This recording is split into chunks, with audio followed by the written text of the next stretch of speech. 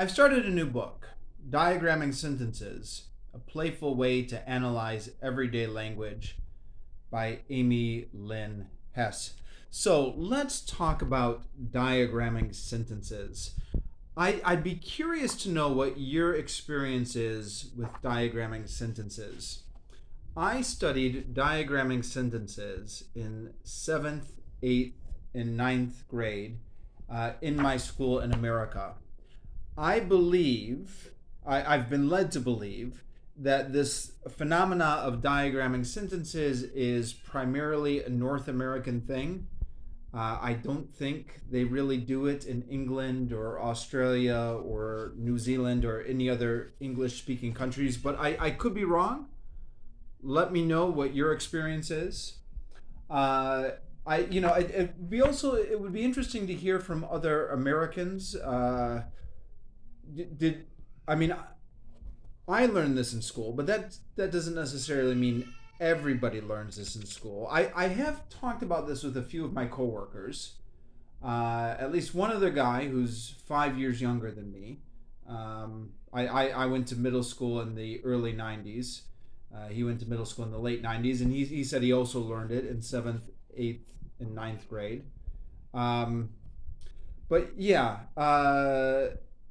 my experience was studying this in 7th, 8th, and ninth grade, and we hated it at the time. I found it so boring.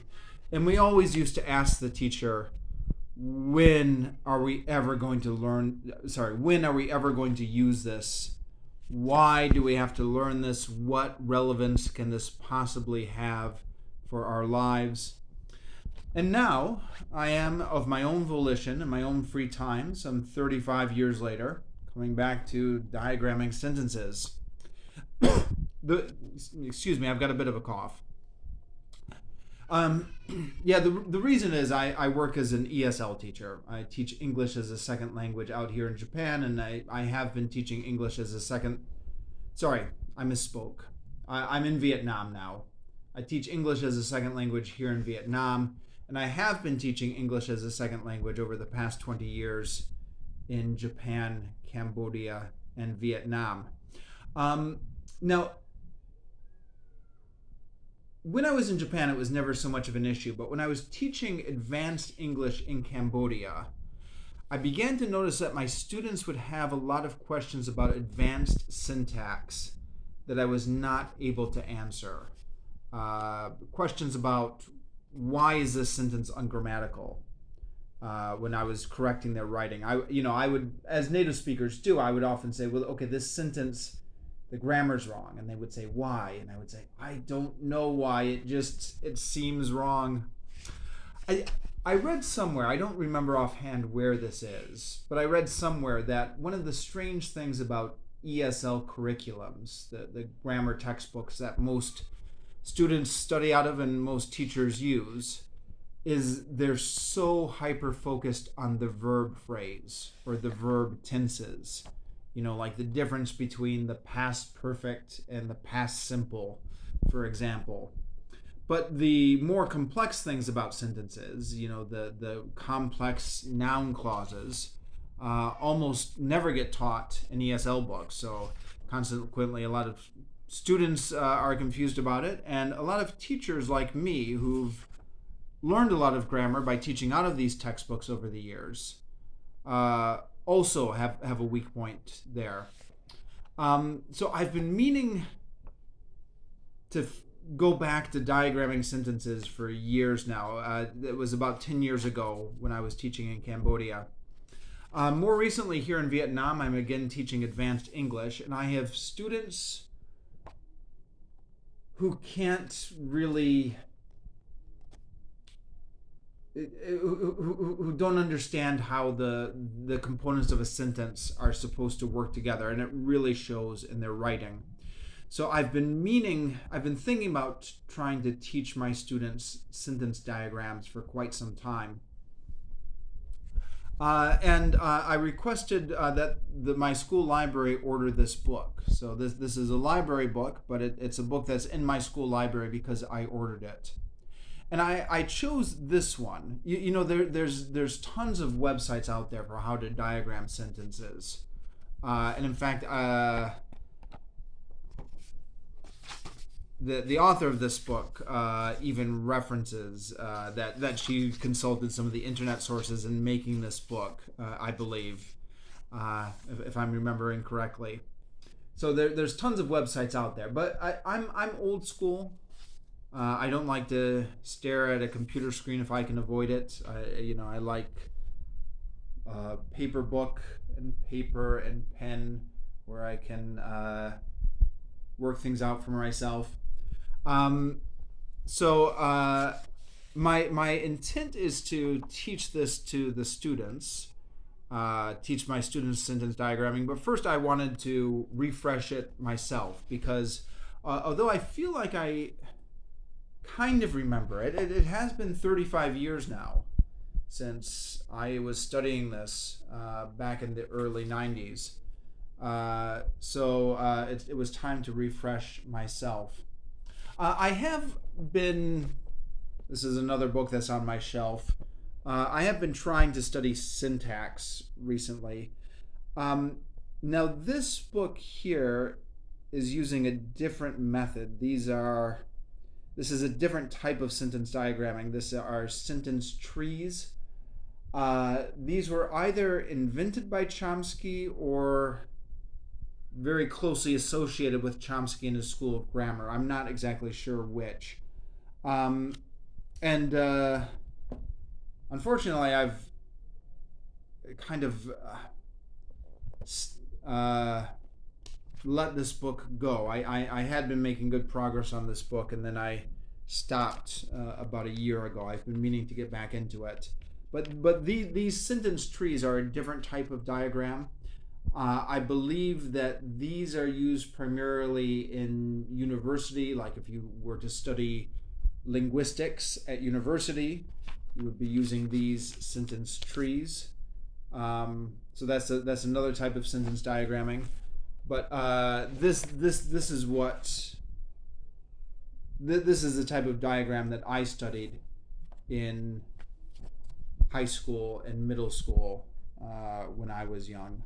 And which I think, from a linguistic perspective, perhaps it's not quite as accurate as those sentence trees because of the way things are classified. For example, they classify articles as equivalent to adjectives here. They're just all noun modifiers, whereas those sentence trees, you get to break things down a little bit further.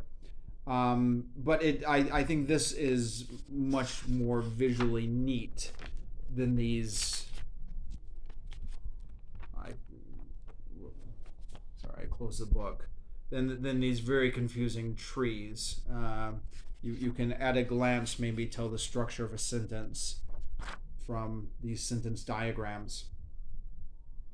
So that's why I'm going to be reading this book, and that's what I hope to get out of it. I actually, since I picked this up from the library this afternoon, I had some free time over lunch and some free time while I was doing level testing this evening. And I actually made it through the first 4 chapters already. Chapter 1 is very simple. You just have to separate the subject from the verb. Chapter 2 is compound subjects and compound verbs, so a little bit more tricky. Chapter 3 is modifiers.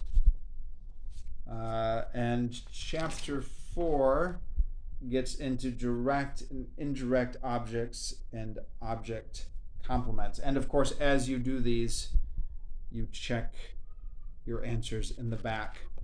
I'm finding this book very textbooky, also incredibly repetitive. When they're giving the directions for how to diagram the sentence, the author literally just repeats the same steps over and over. So next, draw the predicate line or the subject verb divider line. Next, draw the predicate line or the subject verb divider line. Next, draw the predicate line or the subject-verb divider line. So that the instructions are word for word the same with these different diagrams. So I guess the plus side is you can read it through very quickly. When I go into reader mode, I like to just read every word of a book, and I'm finding that my eyes are really glazing over, and I'm having a hard time focusing on parts of it because it's so repetitive. It is also at the beginning incredibly simple. So it's starting off with what is a subject, what is a predicate, what is a noun. But some people need that. At this point in my career, I don't need to review what a noun is, but some people do. There are some people some native speakers of English who don't study grammar in school for whatever reason. Their school board is not emphasizing it. And when I worked as a teacher trainer, I worked with teachers who just didn't know the basics of grammar. So those people are out there. This book is taking them from the very basics. There is, maybe some, I don't know, avoiding the passive voice here.